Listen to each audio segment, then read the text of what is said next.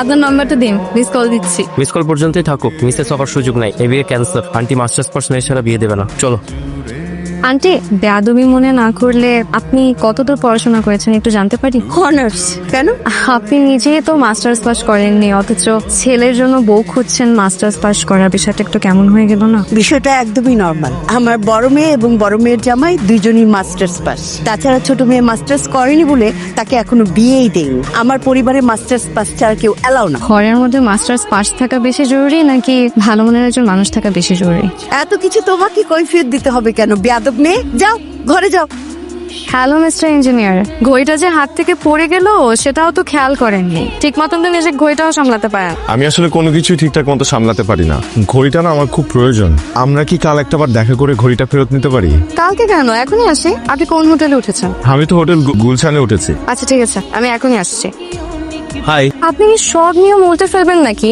মানে? আমি এতদিন জানতাম যে ছেলেরা মেয়েদের জন্য ওয়েট করে, কিন্তু আমার ক্ষেত্রে তো দেখছি উল্টো হচ্ছে। এখন নিশ্চয়ই বলবেন যে আসার সময় আমি রাস্তায় জ্যাম পেয়েছি, কিন্তু আপনাকে জানিয়ে রাখি রাজশাহী শহরে কিন্তু কোনো জ্যাম নেই। আমি বিশ্বাস করি না, কারণ আপনি রাস্তায় দাঁড়ালে অটো জ্যাম লেগে যাবে। মেয়ে পটানোর নিনজা টেকনিক দেখে ভালোই জানা আছে। কেন, আপনি পটে গেছেন নাকি?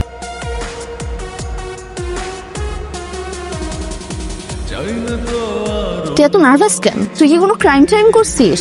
চুরি ডাকাতি করার যোগ্যতা তো তোর নাই। একটা মেয়েকে আমার পছন্দ হয়েছে। কোন মেয়েকে? রায়া। প্রথম দিন আমরা যে মেয়েটাকে দেখতে গেলাম, মা তো ওই মেয়েকে একদমই পছন্দ করে নাই। মা জীবনেও মানবে না।